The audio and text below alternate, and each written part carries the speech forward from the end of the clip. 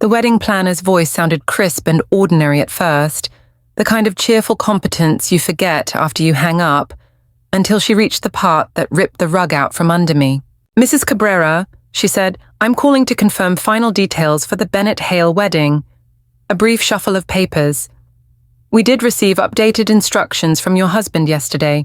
He asked us to remove your name from all communications and attendance lists, but to keep the existing financial arrangements exactly as they are." I let the phone rest on speaker and leaned back in my chair, letting the view of downtown Austin steady me. 28 floors below, the traffic on Congress Ave thrummed, indifferent. Inside, I felt the ugly click of pieces locking together. Evan hadn't just nudged me to the edge of his brother's celebration. He'd pushed and made sure my $40,000 stayed behind to cushion their landing. I found my voice smooth and work-ready, the voice that had carried me through 15 years of acquiring, negotiating, and building Cabrera Hospitality Group from a scrappy hill country concept into a regional power. "Could you clarify," I asked, "which financial arrangements my husband referenced?" There was a pause, and then the planner, Camilla with Mariposa Weddings and Events, chose her words like stepping stones over a creek. "The deposit you provided covers the venue rental at Hill Country Vista, catering with cypress and sage, and the hotel block at Live Oak Resort for out-of-town guests. Mr. Cabrera instructed us to proceed without changes to those funds despite the guest list update." I stared past my reflection in the glass. Austin shimmered in late morning heat, and my office, black walnut table, brass lamp, a framed print from an artist I'd commissioned in Marfa, felt suddenly like an exhibit of something I'd built, while everyone I called family pretended it was an adorable hobby. Quarterlies fanned across my desk, revenue lines trending like river currents after rain, margins that would make private equity hum, a portfolio of venues, hotels, and services spanning 4 states. Yet at every barbecue, every fundraiser, every holiday toast, Evan introduced me as Lena. She helps with events sometimes. "Mrs. Cabrera, are you still there?" Camilla's tone had softened, the way professionals speak when they wander into a moral minefield. "I want to say, we've never had a primary financial contributor removed while their funding remains in place. It's highly irregular. Thank you for your candor," I said. "I'll address this with my husband." When I ended the call, I didn't move. The Waterford service set glinted from the credenza, my splurge when we opened our 10th property. On the wall hung the oil of a mesquite grove at twilight. Beneath it, I had negotiated contracts that reshaped the hospitality map from Central Texas to New Mexico. And still, my place at the family table was conditional, provisional, invisible. I thought back to 3 weeks earlier, when the seed of this humiliation had been planted like a burr under a saddle. We were at Sunday dinner. Evan's brother, Miles, shared his engagement to Jenna, joyful, earnest, and undercut by a ledger of realities. They wanted a hill country ceremony, the kind that makes the evening light look like it's blessing you. They wanted good food, not rubber chicken warmed into compliance. They wanted their scattered people to feel welcomed, not warehoused. They had dreams, and a budget that, after the mortgage and Jenna's student loans, stretched to a gracious $5,000 if everyone squinted and skipped luxuries like chairs that didn't fold. They were sweet about it, trying to be practical. Bachelor party at a neighborhood taqueria instead of a weekend out. A dress from a sample rack.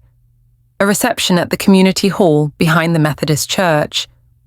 Evan watched me as his family chatted, little glances that said he assumed I'd help, maybe call in a favor for linens or a menu upgrade.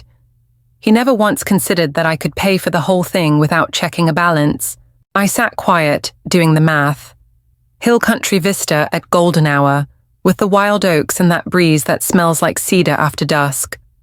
Cypress and Sage's slow-smoked short rib and peach jalapeno glaze, the kind of food that makes grandparents fight for the recipe card. The Live Oak Resort's block for 50, rooms that smelled of lemon and starched cotton, a pool that looks toward the violet ridgeline, $40,000, give or take. Less than we'd spent last year replacing the living room furniture when Evan got tired of mid-century wood tones. Later, after most of the dishes were stacked and the house had quieted into the lazy hum of Sunday night, his sister Noelle cornered me at the kitchen island, twisting a napkin. "Lena, this is so awkward," she whispered. "Do you know any vendors who might donate a little for family?" Her eyes shone. Hope, shame, calculation. It wasn't malicious. It was reflex. Ask the helpful woman for help, not the owner for ownership. I wrote the check that night. Anonymous, I told Noelle. Let them enjoy the day without worrying they owe anyone. Please, keep this between us. She cried with relief, promising. Evan watched a Spurs game in the living room, beer sweating on a coaster I bought in Santa Fe. He didn't ask what we'd discussed. He never did. This morning, I learned what my anonymity had purchased. The perfect vacuum in which Evan could erase me from the picture while preserving my bank account's cameo. Invisibility, it turns out, is delightful to those who benefit from your presence without acknowledging it. The phone flashed again. My assistant, Mina. "Lena, I've got to Becca from Cypress and Sage Catering Holding. She says it's urgent and, sorry, Camilla from Mariposa is calling back too. Patch Becca through." Her voice carried the strain of a woman accustomed to disasters that can be fixed with more ice and less ego. "Mrs. Cabrera, I'm sorry to trouble you. There are conflicting instructions about the Bennett Hale event. We were told to remove you from all communications, but to keep the original payment and arrangements as is. We don't feel right proceeding unless we hear from you directly." There it was again, that small, decent boundary the industry recognizes even when families do not. "What exactly were you told?" I asked. "That Mr. Cabrera, Evan, would be the point of contact, that Lena is stepping back for her mental well-being." She cleared her throat. "We don't typically editorialize, but the phrasing raised concerns." A text blinked onto my screen from Evan as Becca spoke, 3 gray lines previewed like a storm scan. "Stop making a scene. You're not coming to Miles's wedding. The money was a gift and stays put. We'll talk when you're calmer." Becca kept talking, and I heard her as if through a hallway, distant, factual. Menus locked, final counts due, deliveries scheduled. My eyes burned without tears. 15 years reduced to a message that treated me like a toddler after a tantrum. "Calm down," the ancient refrain to women who dare to call theft and humiliation, humiliation. "Thank you, Becca," I said. "I appreciate your integrity. Please hold off on any changes. I'll follow up." I hung up and looked around my office again. The chalice of success, full, heavy, gleaming, and the aftertaste of being told I was an accessory. For years, I had chosen to whisper. Power had nodded, appreciative. Family had smiled, indulgent. Now I could hear the shouting that had filled the room the whole time.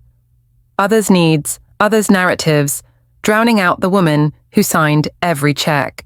The intercom clicked. "Camilla again," Mina said softly. "I can tell her you're unavailable." "No," I said. "Put her through." "Mrs. Cabrera," Camilla began, her composure straining. "I need to be transparent. Evan contacted us personally. He asked that we remove your name from guest lists, seating charts, and all formal announcements. He also provided an alternate contact, Noelle Cabrera, for future coordination. But he repeatedly insisted we keep your funding in place. In 15 years, I've never seen a situation like this. We're uncomfortable proceeding without your consent." "Did he present this as a joint decision?" I asked. A beat of silence, and then, "He said it was a family decision and that you agreed. But he asked questions that suggested he didn't understand what your funding covers. That raised red flags." My phone buzzed again. Another text from Evan. "Noelle is getting calls because you stirred up the vendors. Fix this. Miles doesn't need your drama." The language was familiar. My anger, my boundaries, my dignity, all collapsed into drama. A word meant to shrink women until they fit someone else's pocket. "Camilla," I said once the heat behind my eyes cooled into something crystalline. "Thank you. Please do nothing further until you hear directly from me. I ended the call and finally let the truth land in full. This wasn't a misunderstanding. It was a plan. And I had spent 15 years giving everyone the impression I would absorb plans that hurt me so long as the table was set nicely. In the quiet that followed, the city sounded different, like a clock I hadn't heard ticking. I opened the folder drawer and slid out a stack of contracts. Hill Country Vista, Cypress and Sage, Live Oak Resort, Mariposa Weddings. As I laid them in a neat line, I realized my hands had stopped trembling. Real power doesn't need to raise its voice. It needs only to decide. Noelle called half an hour later, breathless, her voice high-pitched the way it got when she'd had too much caffeine or was trying to mask panic. Lena, thank God you picked up. Listen, this whole wedding thing, it's not what you think. Isn't it? I said, keeping my tone cool, though I could feel my pulse in my wrists. We just thought. She faltered as though rehearsed words had suddenly gone missing. Evan said you've been so stressed lately with work and acquisitions and all those late nights. We thought if we took some of the pressure off, handled the details ourselves, you could finally relax and just enjoy the wedding. I let the silence stretch. She mistook it for hesitation and rushed on. Family events can be emotional, you know. This way, everything stays focused on Miles and Jenna. There it was, the script. Emotional. Focus on the couple. Protecting you. Dressed up words for theft and erasure. Noelle, I said evenly. I wasn't asked to step back from planning. I was uninvited. That's not protection. That's betrayal. Her breath caught. It was a family decision. We all talked about it. It seemed best for everyone. So it wasn't even just Evan. They had sat around the kitchen table, the table where I'd once brought pecan pies still warm from the oven, and discussed whether the woman who'd paid for the wedding deserved a chair at it. The phone buzzed again before I could answer her. Another message from Evan. Teresa called me crying. Vendors are freaking out because of you. Don't ruin Miles's big day over this. The words blurred for a moment. Not because I was crying, I wasn't, but because of the astonishing audacity. I was ruining things, not the man who had lied to vendors, pocketed my gift, and slashed my name from his brother's celebration. When I hung up on Noelle, I barely had time to exhale before Miles's name lit up my screen. His tone was strained, formal, like an architect presenting bad news to a client. Lena, I just wanted to say thank you for your generosity. Really, Jenna and I are so grateful, and I appreciate your understanding about the guest list situation. Understanding? The word slipped out like a spark catching dry brush. Miles, I learned I was excluded because vendors called me in a panic. What exactly am I supposed to understand? Well, you know, the family thought it might be better to keep things small, more intimate. These events can get complicated. That was the word Evan had always used when he didn't want to admit the truth. Complicated meant, we decided you were a problem. Miles, I said, voice steady, I funded your wedding. Does that factor into your idea of what's appropriate? He gave a little laugh, uncomfortable, a crack in the armor. You offered it as a gift. Gifts don't come with strings, right? So that was the logic. I was not a partner, not a sister-in-law, not even a guest. I was a bank account with no claim to a chair. That evening, Evan came home later than usual. He tossed his keys into the bowl by the door with more force than necessary. His jaw was tight, eyes narrowed. I hope you're satisfied, he snapped. Vendors are calling non-stop. Noelle's a wreck. Miles is furious. You created chaos for everyone. I stared at him. I created chaos. You erased me from your brother's wedding while keeping my money. Betrayal. His voice rose, incredulous.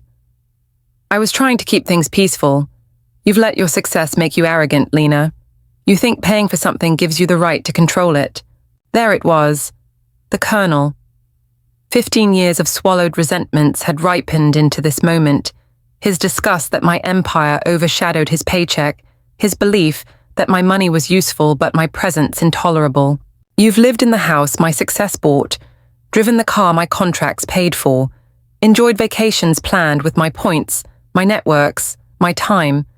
And you still believe I'm arrogant for wanting basic respect? He jabbed a finger toward me. This is exactly the kind of emotional outburst we were trying to avoid. You would have ruined Miles's day. That night, in our king bed with its neatly turned sheets, I lay rigid while Evan snored lightly beside me, as if betrayal were no heavier than a change in the weather. I stared into the dark, listening to the sound of my own breathing, and finally let myself face what I had avoided for years. They did not see me as a partner. They saw me as a resource, replaceable, disposable. And yet, as the dawn crept pale over Austin, I felt something shift. The contracts in my briefcase, the portfolio in my safe, the empire I had built, those weren't just achievements. They were weapons, if I chose to use them. By morning, the house felt colder, emptier, though every light glowed the same as always. Evan had left early. No note, no goodbye. Just a dent in the pillow and a silence that wasn't silence at all. It was avoidance, practiced and sharp. The coffee maker sputtered. I poured into the mug he'd given me on our 5th anniversary. A ceramic thing with "Forever Starts Here" painted in cheerful script. My hand shook as I set it down. Forever had started here, yes, but forever had also ended. The phone buzzed. 3 missed calls from Margaret, his mother, and a voicemail already waiting. I pressed play, bracing. "Lena, darling," she began in the honeyed tone she reserved for emergencies. "You know how complicated family matters can become. Scott mentioned some concerns, but we are so grateful for your generosity. Perhaps it's best if we let bygones be bygones and focus on Miles's happiness. Families heal best when we remember the bigger picture." I nearly laughed. Bygones. As though being erased while my money stayed put was a childhood spat over toys. She spoke like a diplomat negotiating playground disputes, not theft and humiliation. An hour later, Jennifer, Evan's sister, called. "Hey, Lena," she said with a sympathy so rehearsed it felt like a script. "Scott told me things got a little tense. Honestly, maybe this is a blessing. You don't have to deal with the stress of planning, and you can just enjoy the day without all that drama." I pressed the phone tighter to my ear. "Jennifer, I wasn't spared stress. I was uninvited," she tusked softly. "You know how emotional these big events get. Strong personalities, high stakes. Frankly, it might have been for the best." My grip on the mug tightened until I feared it would shatter. Best? For whom? For the family who could sip champagne I bought while pretending I wasn't in the room. Later that afternoon, a call I hadn't expected. Jenna herself.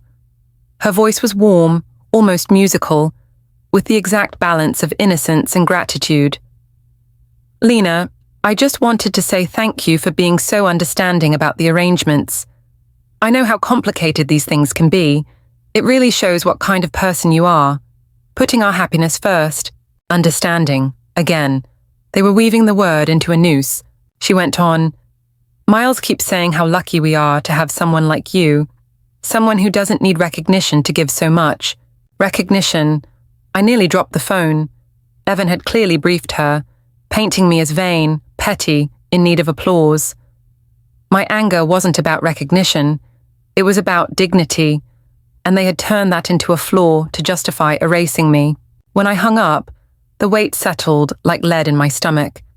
This wasn't miscommunication. It was a strategy, a coordinated family effort. Each call was a different mask, but behind every mask was the same face. Lena is useful only when silent. At least my business partners never played these games. My assistant Mina, efficient and loyal, had already begun pulling vendor ownership records. My legal team dug into contracts with a surgeon's precision, and Marcus, my closest partner in acquisitions, called during lunch. When I told him what happened, he didn't hesitate. "That's fraud, Lena. Strip away the family veneer. That's exactly what it is. They kept your money and cut you out. If a competitor pulled this, you'd have them in court within the week." His bluntness steadied me. "Have you considered," he went on, "that this isn't just cruelty? It's structural. They're telling you where they think you belong. Outside the circle. Inside the checkbook. Valuable only for what you give, not who you are." The truth was bitter, but clarifying. This wasn't one betrayal. It was a pattern years in the making. That night, I spread files across my dining table, contracts and subsidiary charts, pages fanning like a map. Each line pointed back to me. Mariposa Weddings, owned by Southwest Event Solutions, which I'd acquired in 2021. Hill Country Vista, held under a hospitality trust I controlled. Cypress and Sage, a subsidiary purchased during a quiet expansion. And Live Oak Resort, my crown jewel, renovated with my vision down to the scent of the bath salts. Every vendor, every service, every slice of Miles and Jenna's dream day, mine. They had built their wedding on foundations I poured, and they'd chosen to erase the architect. I stared at the spread of contracts, the empire they had dismissed as Lena's little projects. My pulse slowed, steadying. I had thought generosity meant remaining invisible, but invisibility had been the perfect cover for betrayal. The family believed they'd silenced me. They hadn't realized they'd armed me. The next morning, I dialed Camilla at Mariposa Weddings with a calm I hadn't felt in days. "This is Lena Cabrera," I said, and my voice carried the weight of someone who had stopped apologizing for existing. "I'm the ultimate owner of Mariposa through Southwest Event Solutions. That means your client isn't Evan Cabrera, it's me." The silence that followed stretched long enough for me to hear her intake of breath, a paper sliding across her desk. "Mrs. Cabrera, I had no idea. The corporate structure is so complex by design," I said evenly. "And let me be clear, Evan has no authority in my companies. Any instructions he gave you to exclude me were fraudulent. You will consider them void, effective immediately." Her professional mask cracked. "If I had known, I would never have." "I'm sure," I cut in gently but firmly. "But now you do know, which means you're going to contact every vendor connected to the Bennett Hale wedding. Inform them their contracts are terminated, services cancelled, reservations voided. Today." Another silence, heavier this time. "Mrs. Cabrera, are you certain? The wedding is less than a month away. Replacement services will be nearly impossible." "I am certain," I said, my voice steel wrapped in silk. "Actions carry consequences. My family decided to exclude me while pocketing my money. They will learn what happens when you betray the person who controls the very infrastructure you rely on." I hung up before she could stammer another protest. The dominoes fell quickly. By noon, Cypress and Sage had received termination papers, their delivery trucks rerouted before orders could even be packed. The Live Oak Resort cancelled every room block under the Bennett Hale name. Hill Country Vista scrubbed the date from their calendar, releasing it to a desperate waiting list. My assistant Mina stepped into my office with a stack of confirmation memos. "It's done," she said softly, though her eyes glinted with something like admiration. "Every contract closed, every reservation wiped clean." "Good," I said, sliding the memos into a neat pile. "If any vendor questions, remind them they answer to Cabrera Holdings, not my husband." The news rippled outward faster than I expected. By mid-afternoon, Noelle's number lit up my phone. Her voice was ragged, trembling on the edge of panic. "Lena, everything's gone. The venue, the hotel, the catering, everyone cancelled at once. What's happening? Did you know about this?" I let her words hang. "That does sound concerning, Noelle. Did the vendors give you a reason?" "They all said corporate directives or parent company policies. Nothing makes sense. We signed contracts. We paid deposits. How can they just cancel?" I almost smiled at the irony, her voice breaking in panic, asking for help from the very woman she'd agreed should be erased. "Have you tried alternative vendors?" I asked, polite as a concierge. Her sob caught in the line. "We've been calling for 6 hours. Everywhere in Austin is booked solid. Even places in San Antonio, Waco, Dallas. Nothing. It's like the entire industry shut its doors. Because I had." When she hung up, drained and desperate, Miles called next. His voice was less frantic, more methodical, but the cracks showed. "Lena," he began, "this looks deliberate. No way every vendor cancels on the same day. Do Do you know who might have the power to do this? I leaned back in my chair, let the skyline glitter at me like an accomplice. Interesting question. Whoever it is, they'd need significant influence, deep connections across hotels, venues, caterers, someone whose reach extends further than most realize. His pause was long enough to hear the hum of fluorescent lights on his end. Are you saying it was you? I'm saying actions have consequences, Miles. Someone decided I didn't deserve a seat at the table. Now there is no table. Scott's call came last, blustering as always. Lena, stop whatever game you're playing. Frank is panicking. Noelle's in tears.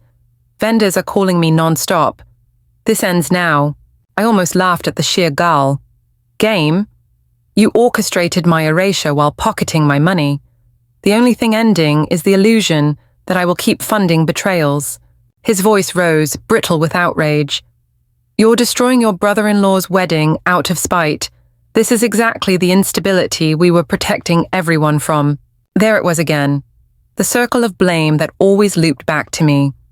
Their theft became family decisions. My defense became drama.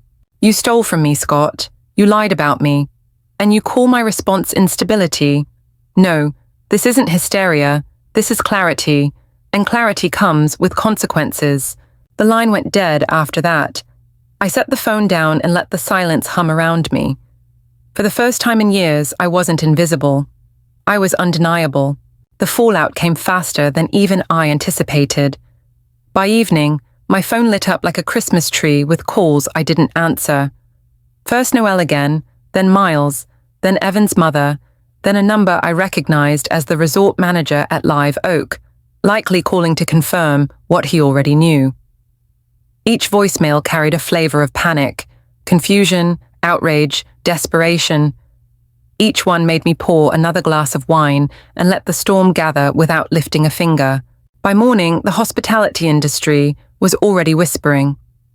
Mina walked into my office holding a folder, her expression equal parts professional and awed.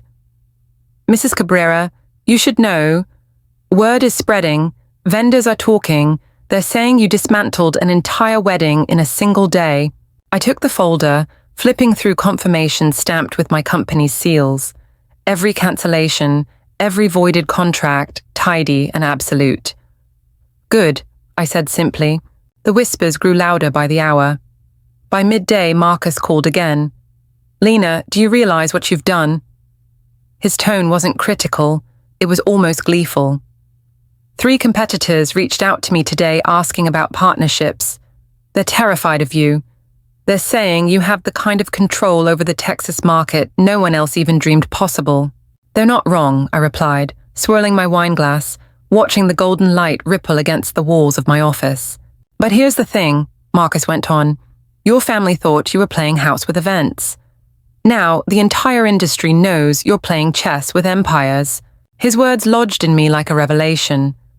I'd always believed invisibility was the price of generosity, that my family would love me better if I kept my head down and kept writing checks.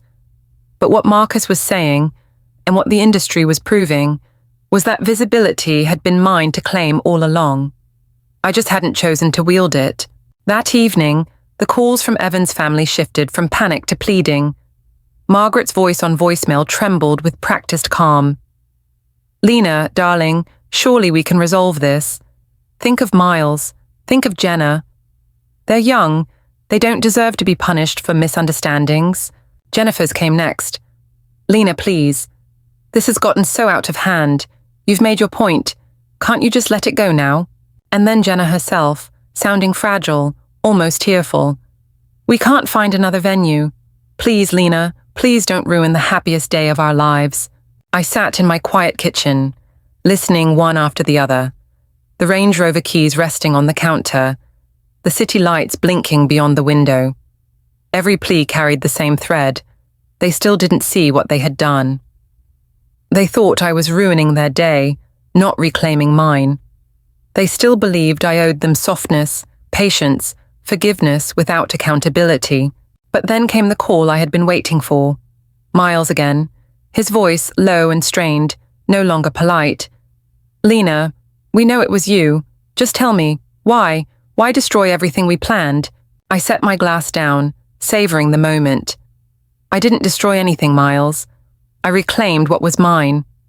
Your wedding was never yours. It was mine from the moment I wrote the check. From the moment every vendor you loved signed under my company's umbrella. You just never noticed. He exhaled, long and ragged. So this is revenge? No, I said softly. This is education. The next day, I had Mina draft the letters. Formal invitations, embossed with Cabrera Hospitality's insignia, sent to Evan, his parents, his siblings, Miles and Jenna. A meeting. Monday morning. The 28th floor boardroom. Attendance mandatory. When they arrived, one by one, their faces carried the same expression. Hollow shock. Evan entered first, pale and tight-jawed, no trace of his usual swagger. Miles and Jenna followed, their shoulders stiff with dread. Noelle came last, her eyes red, her voice a tremor, as she greeted Mina like a penitent before confession. I was already seated at the head of the long mahogany table, Armani suit sharp, contracts stacked neatly in front of me.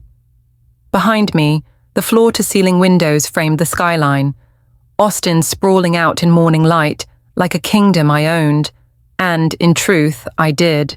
Thank you all for coming, I began, voice calm, clipped, professional. We have important matters to address regarding recent events and the choices you made. Let's discuss the consequences. The silence that followed was heavier than any courtroom I'd ever sat in.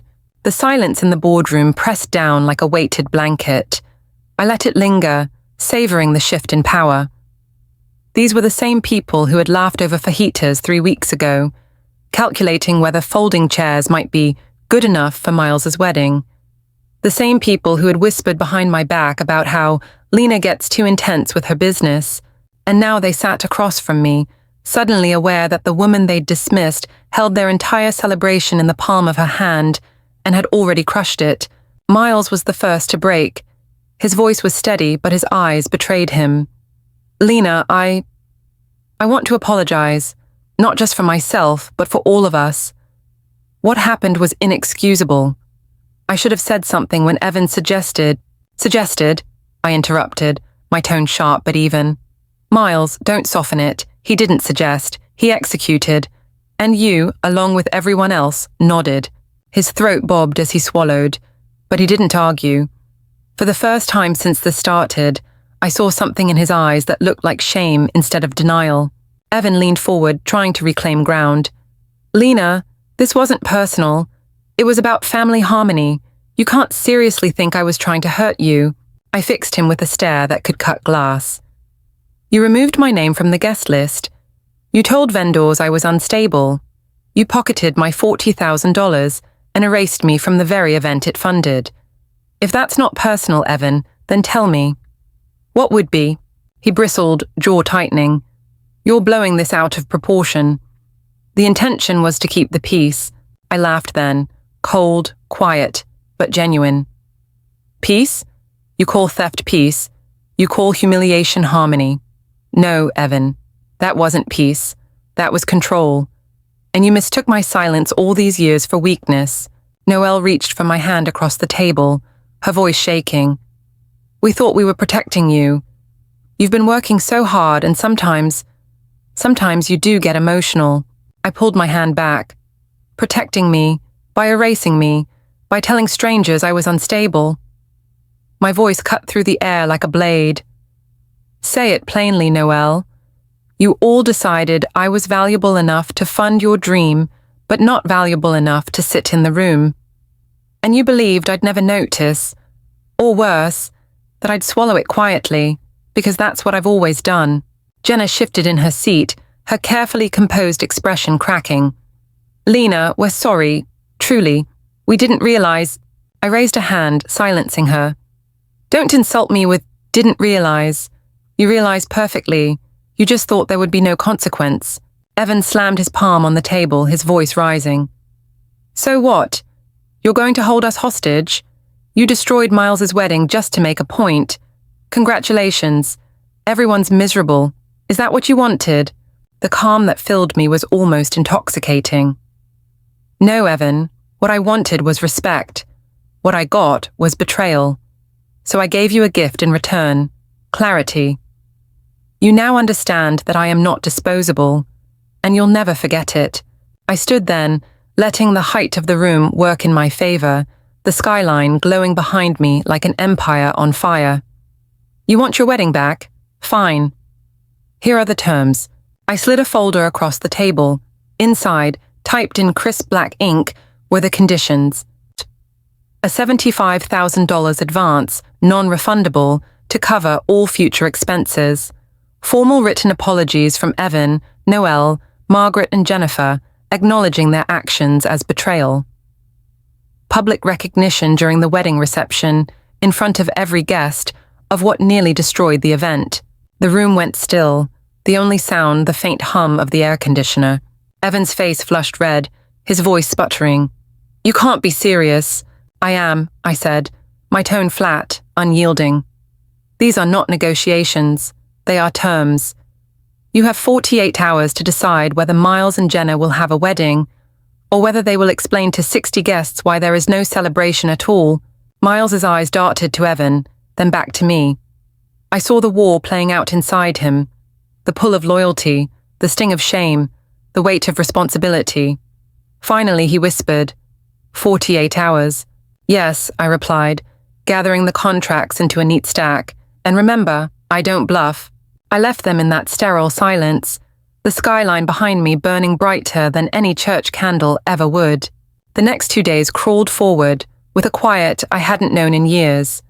No frantic texts, no voicemail apologies rehearsed to sound sincere. No late-night arguments about family unity. Just silence, the kind that comes when people realize the rules of the game have changed and they are no longer holding the cards. I spent those hours in my office, moving through acquisition paperwork and expansion plans as though nothing monumental hovered over me. But in truth, everything felt monumental. Each contract I signed, each deal I approved, carried the hum of a new certainty. I wasn't just a woman with a business, I was the business. And now, finally, they all knew it. At exactly 4:59 p.m. on Wednesday, Mina entered with a sealed envelope. Delivered by hand, she said, her expression careful but curious. I broke the seal and unfolded the crisp stationery. Miles's handwriting, precise architect's lines, filled the page. Mrs. Cabrera, on behalf of Jenna and myself, I accept your terms in full. Enclosed is confirmation of the $75,000 transfer to Cabrera Holdings. Apologies from each family member are included, per your requirements. We understand these conditions are not negotiable, and we are grateful you are still willing to salvage this celebration after our failures. Miles Bennett. Behind it were typed apologies, signed in hurried ink. Margaret's read like a press release, polished, detached, but at least an acknowledgement. Jennifer's was short and shaky, full of excuses disguised as regret. Noelle's was tear-stained, the ink smudged, a pleading chorus of "I never meant," and then Evan's. His was the only one typed, no pen to betray a tremor, no smudge to suggest tears. Just cold words. I regret the poor judgment shown in recent events and apologize for the way matters were handled. Handled, as though this were a misfiled invoice or a wrong turn on the highway. Still, the signature at the bottom was real. That was enough. 4 weeks later, the wedding unfolded not at Hill Country Vista, but at Canyon View Lodge, one of my smaller, more intimate properties, nestled against the foothills, with a view that turned violet at dusk. The guest list, once bloated to 60, had shrunk to 40. The trimmings were different too. Fewer crystal centerpieces, more wildflower arrangements. No ostentatious string quartet, just an acoustic duo strumming beneath the twilight sky. But here's what surprised even me. It was beautiful, genuinely beautiful, not because of what they planned, but because of what I allowed. Vendors greeted me with deference they hadn't shown before, aware now of exactly who signed their paychecks.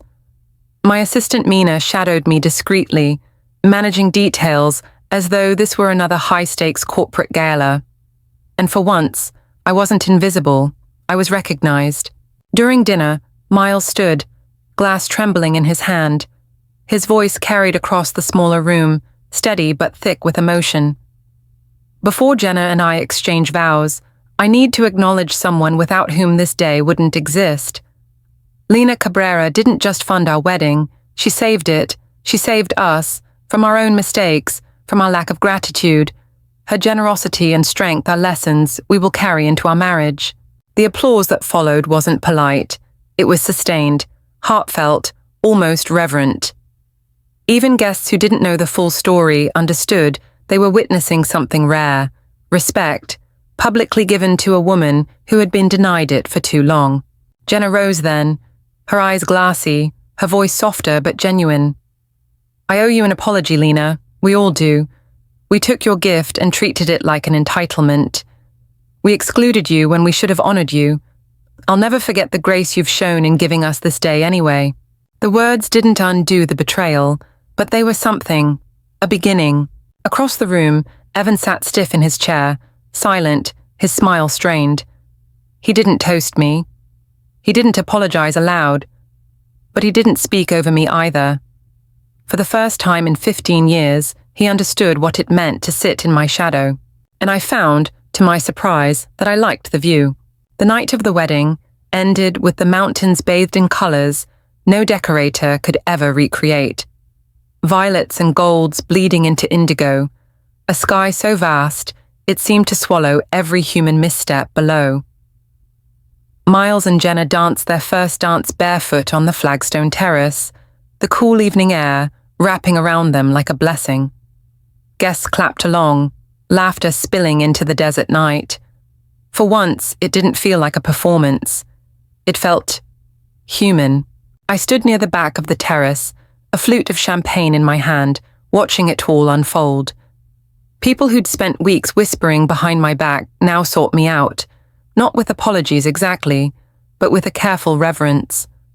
They shook my hand longer than necessary. They spoke with deliberate gratitude. They knew. The entire industry had heard the story by now. How the woman they thought was just Evan's wife with a catering hobby had nearly dismantled a wedding and rebuilt it on her terms. The whispers had turned me into something larger than life, the quiet empress who decided she was quiet no more. When dessert was served, Miles raised his glass again. To Lena, he said, voice cracking, and everyone followed. The applause this time was louder than before, filling the canyon walls with echoes. I lifted my glass in return, not with arrogance, but with a calm acceptance. Finally, my presence was undeniable. Later, as the guests trickled into the night, I found myself alone under the canopy of string lights. Evan approached, bouquet of roses in hand, white, as if purity could be bought at a florist.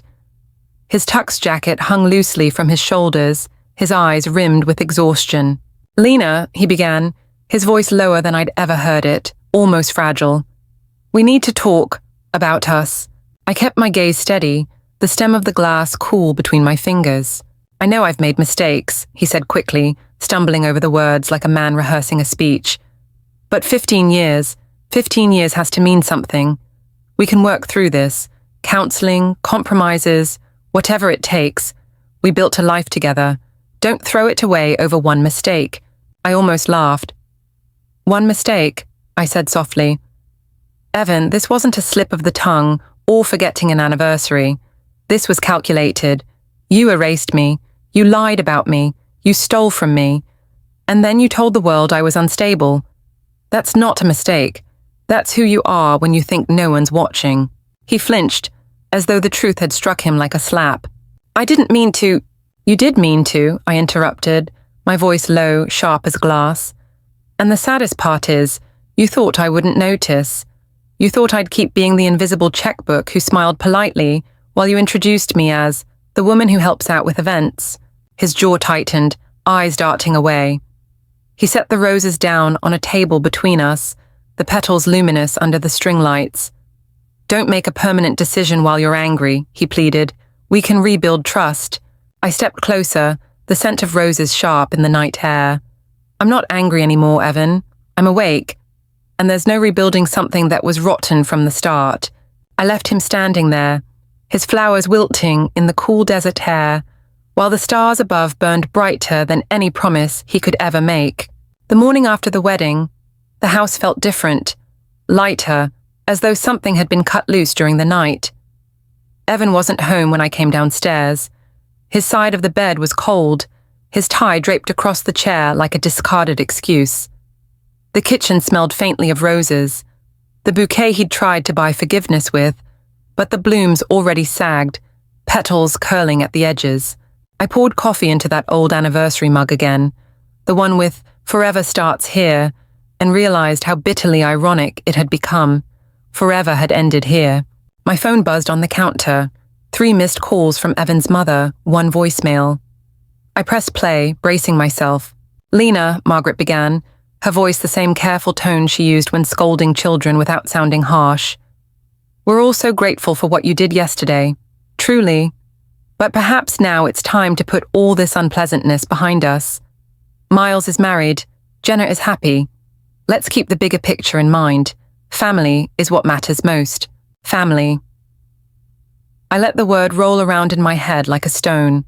For years, I had tried to believe that being generous, being quiet, being available was enough to make me part of theirs. But their definition of family had never included me, at least not beyond my checkbook.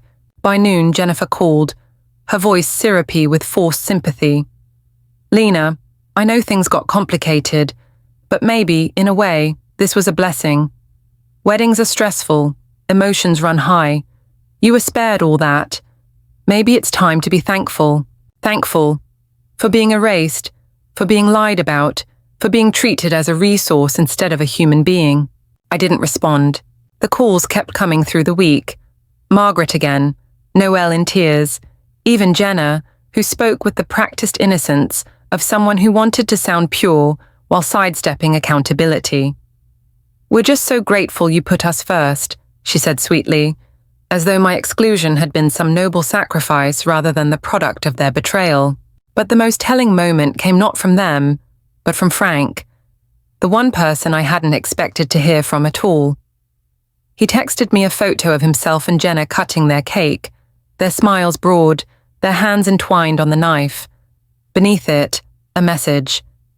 "Thank you for being the foundation that made this joy possible.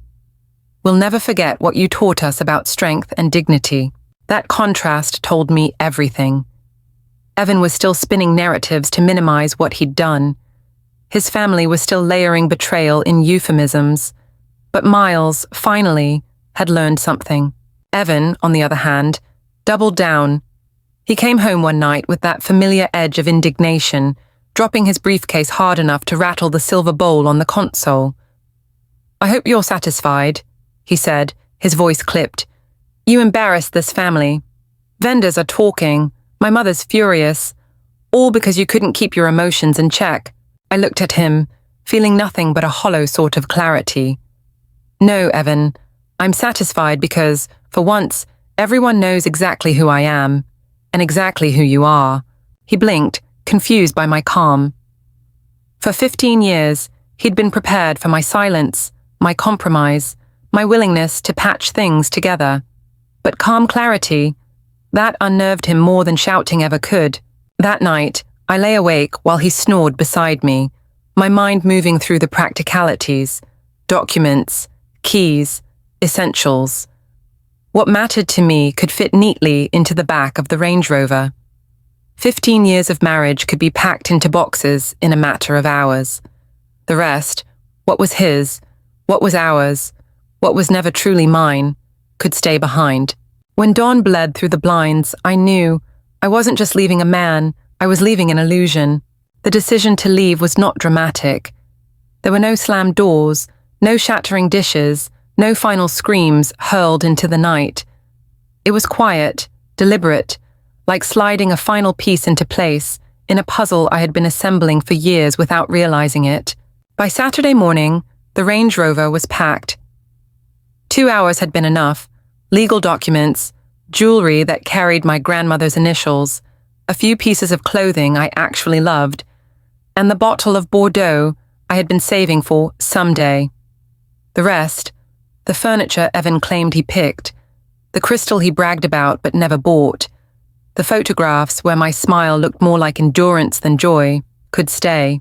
Evan stumbled into the kitchen as I zipped the last bag. His shirt was wrinkled, his eyes bloodshot, but the expression on his face was one I hadn't seen before: desperation. "You packed the car," he said flatly, as though the words themselves were foreign.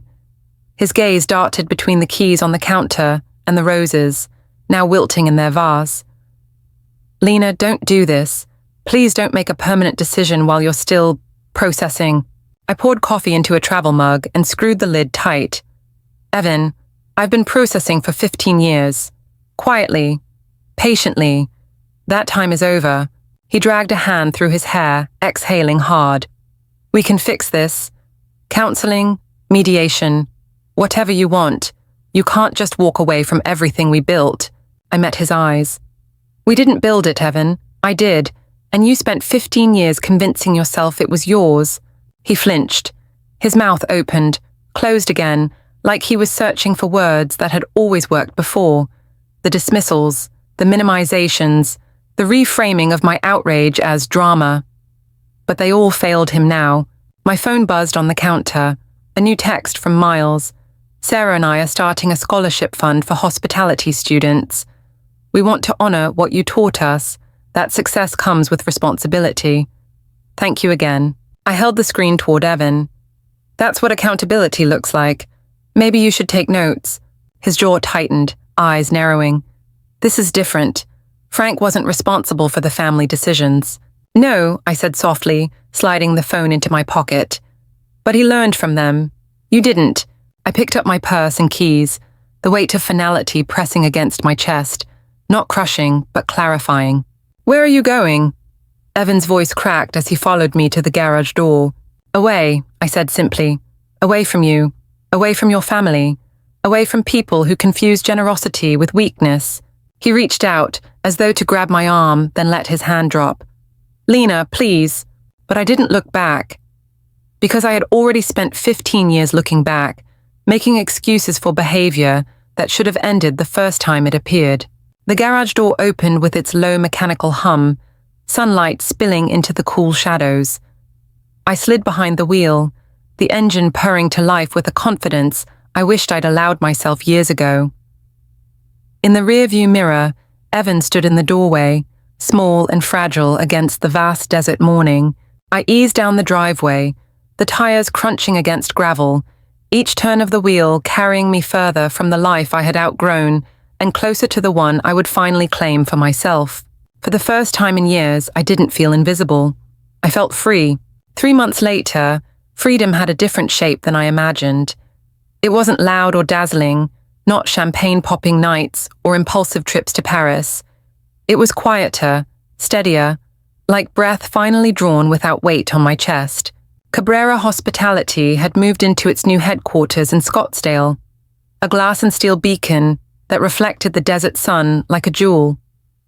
The lobby smelled of leather and citrus.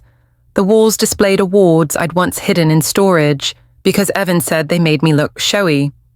Now they stood where everyone could see them, exactly as they should. The divorce papers were in motion. Evan's latest settlement proposal, generous, almost desperate, had landed on my attorney's desk that morning. He offered to walk away with a fraction of what he once insisted was ours. The man who'd dismissed my empire as a side hustle was now bargaining for crumbs of it. I spent evenings in my new home, a modern desert residence with floor-to-ceiling windows overlooking Camelback Mountain. Silence filled the rooms, but it was not loneliness. It was peace. I poured wine from my private collection, reviewed expansion portfolios, and let the quiet remind me that solitude could be beautiful when it wasn't imposed by betrayal. The industry had not forgotten the wedding debacle. If anything, it had become legend. Clients now sought me out, eager to align with the woman who had dismantled and rebuilt an entire event to prove a point. My reputation had shifted from successful businesswoman to something larger, mythic, almost. Competitors who once overlooked me now approached with caution, sometimes admiration, always respect. Marcus called one evening, his voice buzzing with excitement. "Lena, you won't believe this. 2 major hotel chains want to partner. They mentioned you by name. They want someone who demonstrates decisive leadership, someone who won't hesitate to protect what's hers." I smiled into my glass. Then they came to the right place. And yet, the most surprising message came not from Marcus or new clients, but from Miles. His email arrived late on a Thursday, subject line simple: "We've learned from you." Inside, he wrote, "Sarah and I have established an annual scholarship for hospitality students, funded by a percentage of my firm's profits. We want to honor what you taught us. That success carries responsibility. Your strength showed us what integrity looks like. Thank you." For a moment, I just stared at the screen, the words blurring. Betrayal had scorched me, yes, but somehow, out of the ashes, something good had grown. Not forgiveness, not yet, but change. The desert sunset spilled fire across my office windows, painting everything gold and crimson. And I realized this was what true power felt like. Not the ability to buy things, not even the authority to cancel contracts. It was the freedom to define myself without waiting for permission. The quiet woman they underestimated was gone. In her place stood the architect of an empire, and she no longer whispered. The months that followed unfolded like a series of doors swinging open. Opportunities I hadn't even realized were waiting. The scandal with the wedding had traveled further than Austin or Phoenix. By the time I stepped into conferences in Las Vegas and Denver, people whispered my name before I even introduced myself. Some smiled nervously, some nodded with respect, and a few avoided my gaze entirely, as though afraid I might dismantle their careers the way I'd dismantled that event. For once, I didn't shrink from it. I let the whispers linger.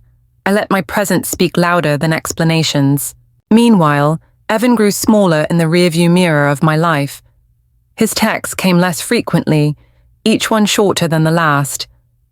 "We can talk when you're ready. Think about what we had. 15 years can't just disappear."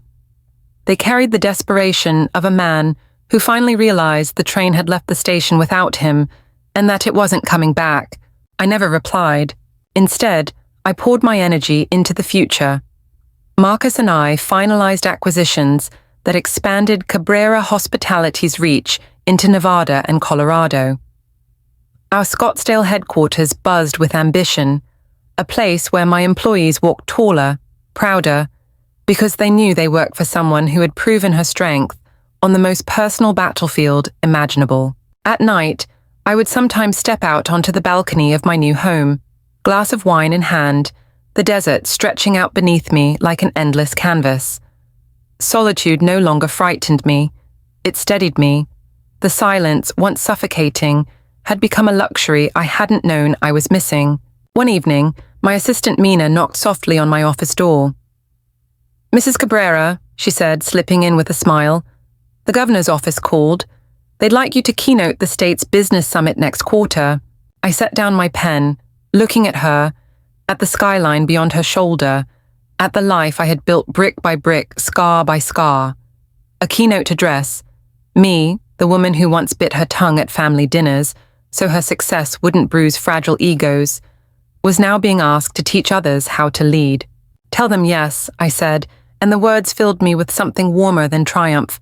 It felt like vindication. Later that night, another message arrived. From Miles again.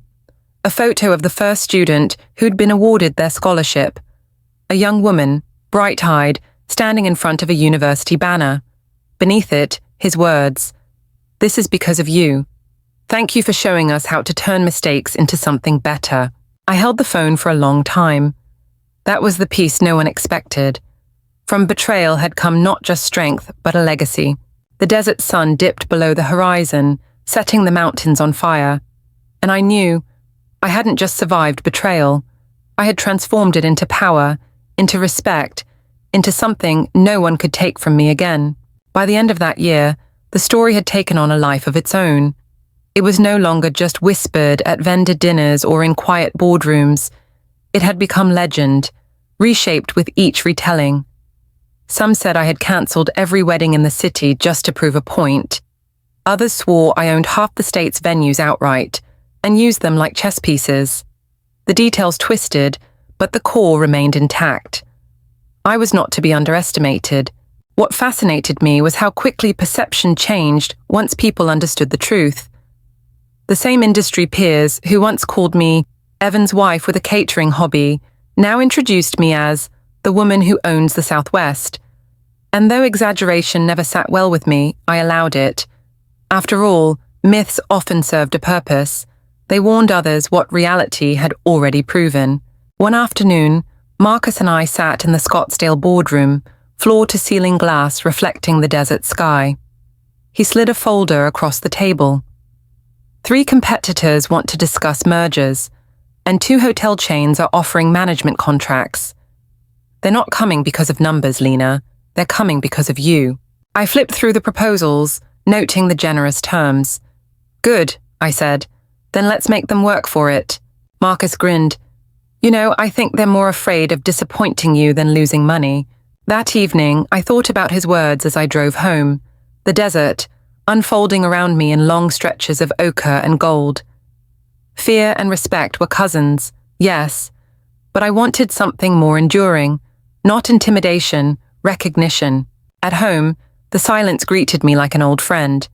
No slammed briefcases, no sulking presents, just peace. I lit a candle, poured myself a glass of Tempranillo, and opened my laptop to review new scholarship applications.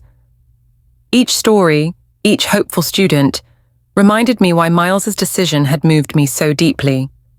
He had chosen to honor the lesson instead of repeating the betrayal. As I read, my phone buzzed again. Another message from Evan, the preview line on the screen. I know I failed you, but can we start over? I didn't open it. I didn't need to. His words were still the same song. Regret without accountability, nostalgia without growth. A man trying to resurrect a marriage he had killed with his own hands. Instead, I returned to the scholarship essays. One applicant wrote, "Success is not about what you keep, but what you're brave enough to share." I stared at that line until the letters blurred. For the first time, I realized betrayal hadn't just freed me from Evan. It had freed me from invisibility. It had forced me to stand in the center of my own life, no longer waiting for someone else to see me. And I liked the view. Winter in the desert had its own beauty. Crisp mornings where the air tasted sharp and clean. Evenings where the sky turned lavender before surrendering to stars. I found myself walking the grounds of my new home at dusk. A glass of wine in one hand, my heels crunching against the gravel path. The silence was different now. Not absence, not loneliness. It was mine. By then, Cabrera hospitality was no longer just a regional force. It was an empire people whispered about in New York boardrooms and Los Angeles cocktail parties. Executives who once dismissed me now requested private dinners, eager to learn how I'd turned humiliation into legend. The irony never left me. My family had tried to erase me, and in doing so, they made me unforgettable. One Friday evening, Mina came into my office with her usual folder of updates, but her eyes glowed. "Mrs. Cabrera, you've been invited to headline the International Hospitality Forum in London this spring. Keynote address, prime slot." For a moment I just stared at her, the words sinking in. London, the stage I had once dreamed of but never dared imagine they'd offer to me. "Accept," I said finally, my voice steady, "and book a suite under my name, not Evans." Mina smiled knowingly and left me to my thoughts. Later that night, another message appeared on my phone, this time from Margaret. The preview line read, "Family is forever, Lena. Can't we find our way back?" I didn't open it, not because it hurt, but because it didn't anymore. Forever, I'd learned, was only as strong as the respect that held it together, and theirs had snapped the moment they decided my money mattered more than my presence. Instead, I poured another glass and opened Miles's latest email. He'd attached photos from the scholarship ceremony. Bright young students, eyes lit with hope, holding certificates with my name embossed at the bottom. Beneath the images, his note, Your strength continues to ripple outward, Lena. We'll never stop being grateful. I set the phone down, staring at the desert sky ablaze in pink and orange. This was my legacy now. Not the dinners where I stayed silent while others spoke over me. Not the years of invisibility, of being introduced as the one who helps out. My legacy was written in the futures of students who would build empires of their own, in the respect of an industry that had learned never to underestimate me again. And as I sipped my wine, watching the last of the sun dip below the horizon, I knew I hadn't just survived, I had transformed. Spring arrived with a kind of clarity I hadn't felt in years.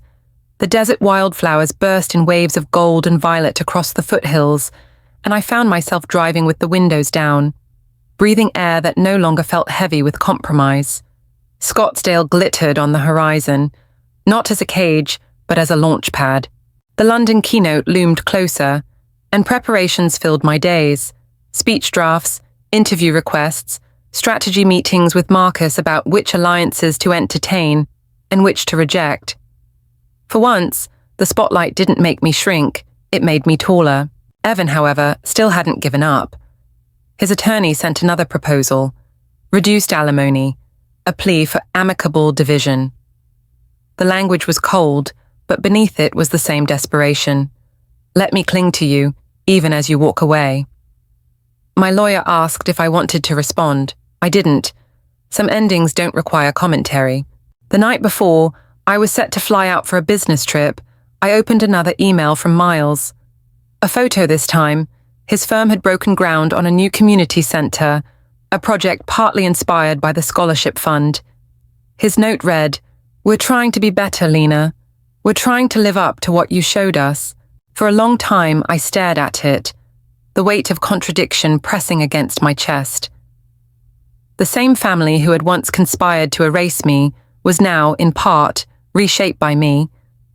Betrayal had planted seeds I never expected: growth, accountability, even gratitude. That evening, I stepped onto my balcony, the Scottsdale skyline glowing amber under the last threads of sun. I thought of the woman I had been, quiet, accommodating, believing invisibility was the price of love. I thought of the woman I had become, unapologetic, undeniable, visible in ways no one could erase. And I realized power hadn't changed me, betrayal had revealed me. The quiet woman they underestimated no longer existed. In her place stood someone who had turned silence into strategy, wounds into wisdom, betrayal into empire. The stars began to prick the sky, steady and eternal. I raised my glass to them and whispered, not as a plea, not as a promise, but as a truth finally spoken aloud. I was never disposable, I was inevitable. London was everything the desert was not. Rain-slicked streets, grey skies that hung low and heavy, and buildings that whispered centuries of power. As I stepped onto the stage of the International Hospitality Forum, the ballroom hushed. Hundreds of eyes turned to me, expecting a woman who would speak about numbers and margins. Instead, they got a story. I told them about invisibility, about being introduced as someone who helps out, while I quietly signed contracts that built an empire. I told them about generosity mistaken for weakness, about betrayal orchestrated in whispers, and about the day I decided silence was no longer an option. I didn't name names, but I didn't need to. Every person in that room understood the shape of betrayal. They leaned forward, breath held, as though I were telling their own stories. When I finished, the applause was thunderous, not polite, not obligatory, but the kind that rolls through a room like a wave. Reporters swarmed afterward, questions firing. How did you find the strength? What advice would you give women overlooked in their own empires? My answer was simple. Strength doesn't arrive all at once. It arrives the day you stop asking permission to be seen. Back in Scottsdale, Cabrera Hospitality rode the momentum. Our inbox flooded with proposals, new resorts, joint ventures, partnerships across oceans. Marcus looked at me during one late-night strategy session, grinning like a man who had bet on the right horse all along. "Lena," he said, "you've gone from regional mogul to global force. Do you even realize what you've become? I did. For the first time in my life, I did. Meanwhile, Evan's messages had dwindled to silence. His final email had arrived weeks before London, full of platitudes.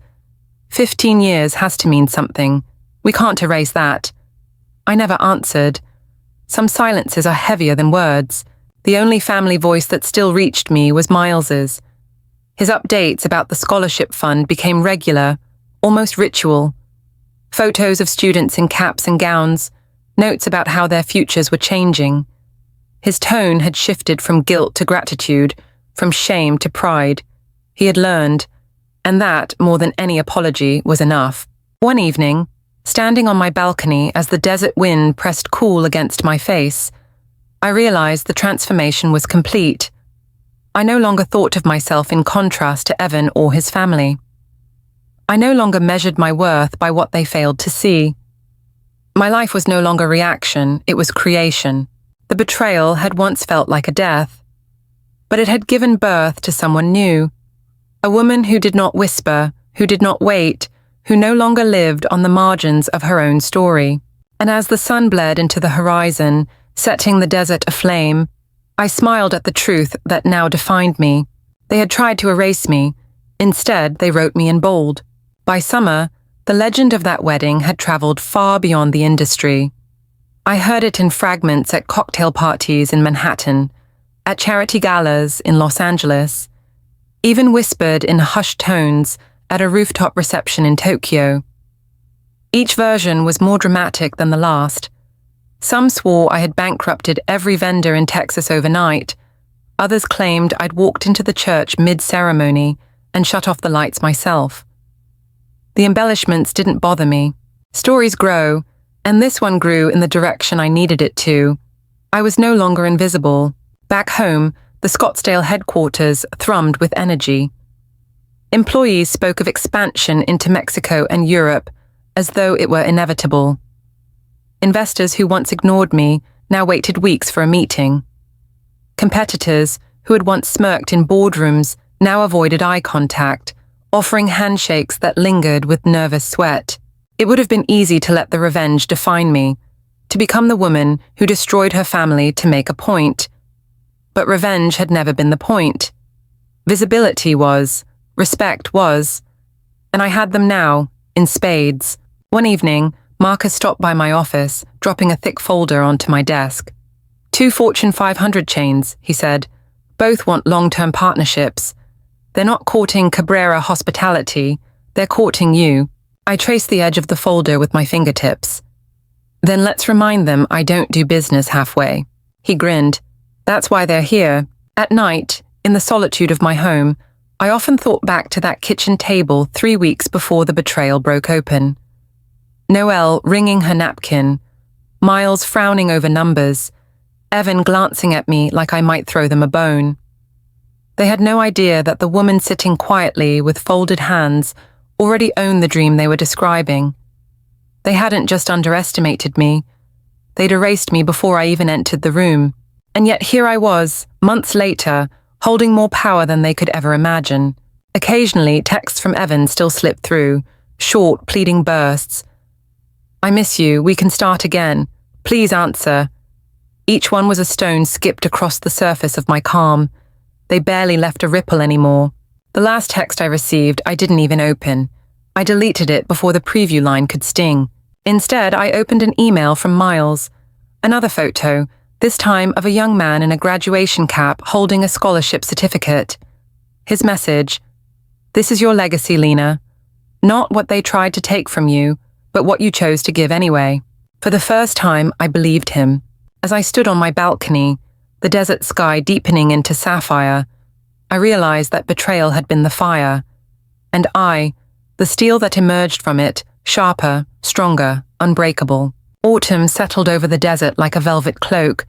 Warm days, cool nights, and sunsets so rich they looked painted by gods. From my balcony, I could see the city lights of Scottsdale glittering against the dark. The empire I had built, humming beneath me like a machine perfectly tuned. By then, Cabrera hospitality was no longer merely a regional success.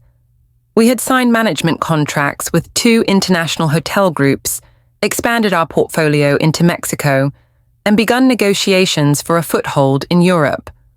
My name, not Heaven's, not anyone else's, was printed in trade magazines, spoken on panels, whispered in back rooms where deals are made. I carried myself differently now. No more shrinking in family photos, no more being introduced as the helper. When people looked at me, they saw the architect of an empire. And the most extraordinary part, I had begun to see her too. One crisp October morning, Mina stepped into my office with a small smile. "Mrs. Cabrera, the governor's office confirmed. You'll be receiving the State Business Leadership Award next month."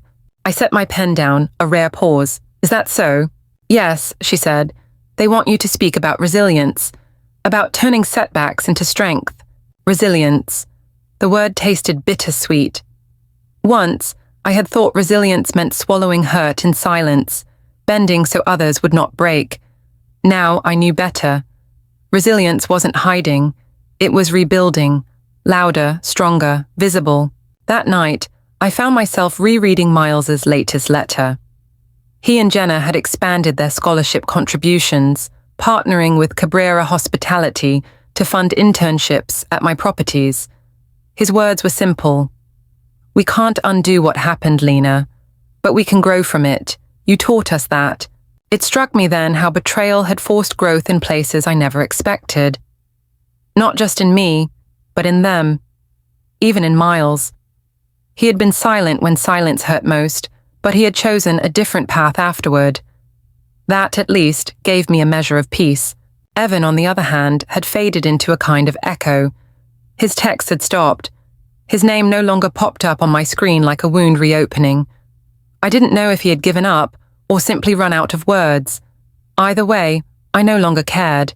Standing on the balcony, the desert air brushing against my skin, I raised a glass of wine toward the stars. They had tried to erase me, but all they'd done was carve me into sharper relief.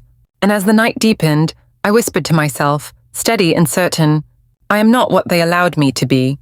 I am what I chose to become. November brought the award ceremony. A ballroom in Phoenix, chandeliers glittering, tables dressed in white linen. I had stood in 100 rooms like it before, but always on the sidelines, quiet, watchful, introduced as an accessory to someone else's story. This time, the spotlight was mine. When they called my name, the applause rose like a tide. I walked to the stage in a navy gown that moved like water, the sound of my heels striking the floor louder than my heartbeat. The plaque was heavy in my hands, but it wasn't the weight that mattered. It was what it represented. Recognition, visibility, respect carved into metal. The keynote I gave that night was not about numbers, margins, or acquisitions. It was about betrayal, though I never used the word. I spoke of silence, of how easy it is for others to mistake quiet strength for weakness. I spoke of generosity, of how often it is taken for granted. And I spoke of power, not the kind that shouts, but the kind that whispers until the world leans in to listen. The room was silent when I finished. Then, slowly, the applause grew until it filled every corner. People rose to their feet, not just clapping, but standing in acknowledgement. My eyes swept the room, and for the first time, I didn't feel like I had to prove I belonged there. I simply did. Later, at the reception, strangers approached me. Executives, investors, young women with notebooks clutched to their chests. They wanted advice, inspiration, connection. They looked at me the way I once looked at the legends of my industry. Back in Scottsdale, my life unfolded with a steadiness that felt almost surreal. Mina managed the schedules, Marcus handled the expansions, and me, I finally had time to breathe, to think about what came next, not out of necessity, but out of choice. One quiet evening, as the desert turned to indigo, I received another email from Miles. A photo of the second class of scholarship recipients, their faces lit with the kind of hope I recognized from my younger self. His note read, "They're building futures because of you, Lena. And so are we." I stared at it for a long time, the glow of the screen painting my face. My betrayal had become their lesson, my pain their compass. Out of something cruel had grown something enduring. That night, as I closed my laptop and stepped out onto the balcony, the stars looked closer than ever. For years, I had thought power was something to hide, to soften, to downplay. But now I understood. Power was not a weapon, it was a responsibility, and I was finally ready to wield it without apology. Winter crept into the desert gently. Cool mornings, sharp stars, and sunsets that lingered like fire on the horizon. My life had shifted into something unrecognizable, yet deeply mine.